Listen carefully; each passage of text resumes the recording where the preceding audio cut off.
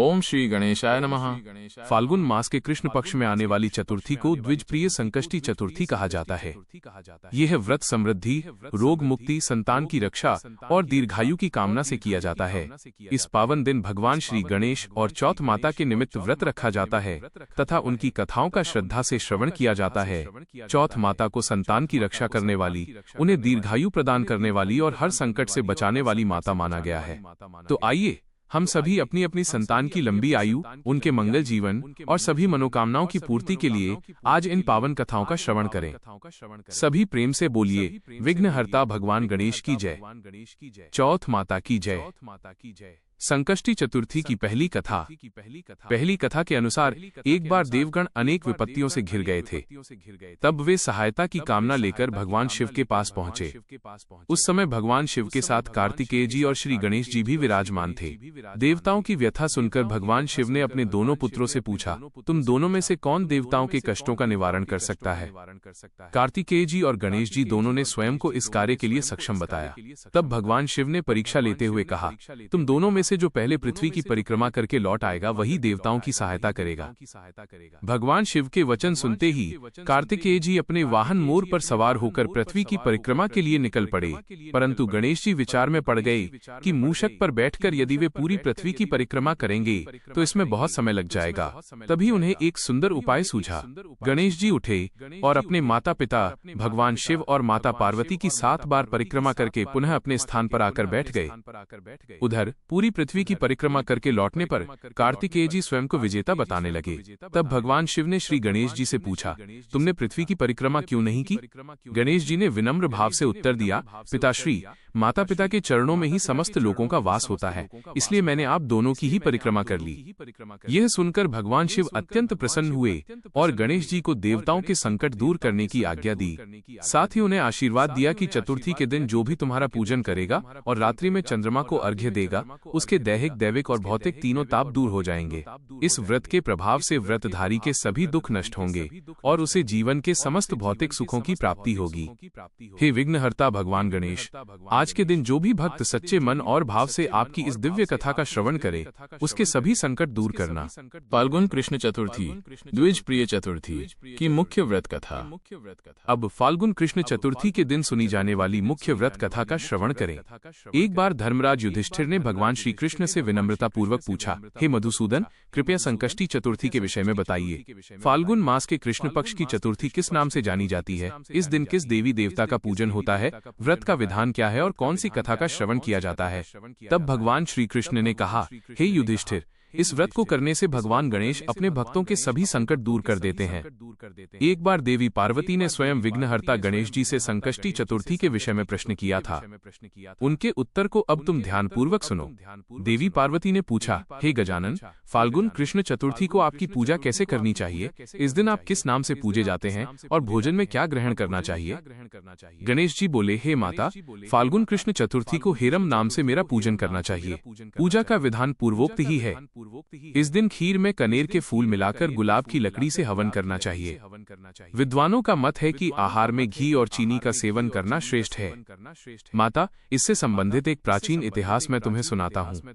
प्राचीन काल में युवनाश नामक एक धर्मात्मा राजा थे, जो दानी, उदार और ब्राह्मणों व देवताओं के पूजक थे। उनके राज्य में विष्णु शर्मा नाम के एक तपस्वी ब्राह्मण रहते थे। वे वेदों के ज्ञाता और धर्मशास्त्रों में निपुण थे। उनके 7 पुत्र थे, जो सभी धन धान्य से संपन्न थे, परंतु पारिवारिक कलह के कारण सब अलग अलग रहने लगे। विष्णु शर्मा प्रत्येक पुत्र के घर बारी बारी से एक एक दिन भोजन करते थे। समय बीतने पर वे वृद्ध और कमजोर हो गए। बुढ़ापे के कारण उनकी 6 बहुएं उनका अनादर करने लगी, जिससे वे अत्यंत दुखी रहते थे।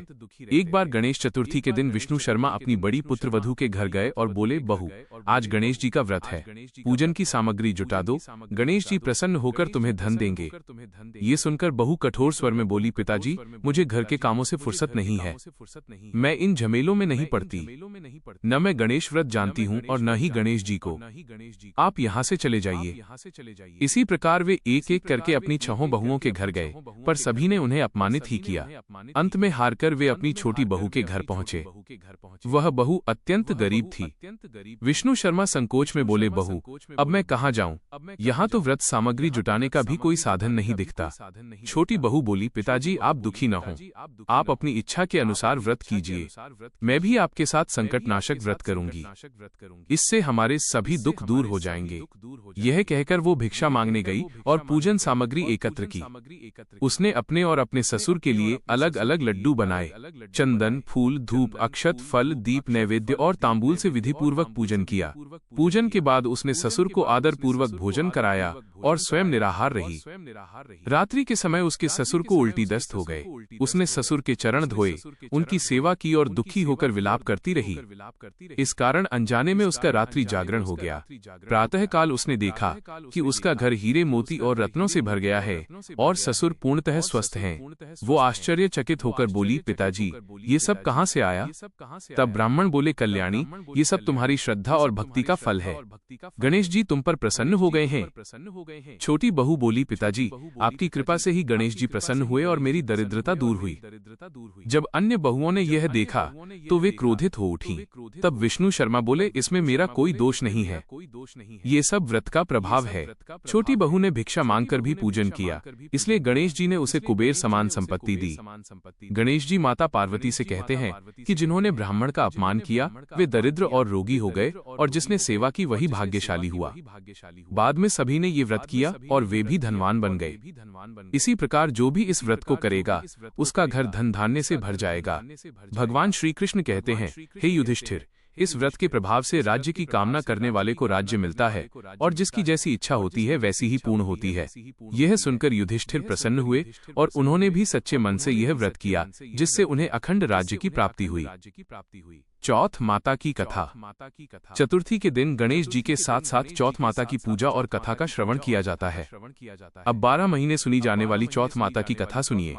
एक नगर में एक बूढ़ी माँ रहती थी। वो अपने बेटे की रक्षा के लिए 12 महीनों तक चौथ का व्रत करती थी।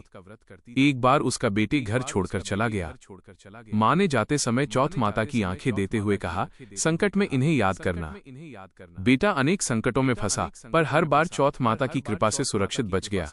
अंततः वह धन, वैभव और पत्नी सहित घर लौटा।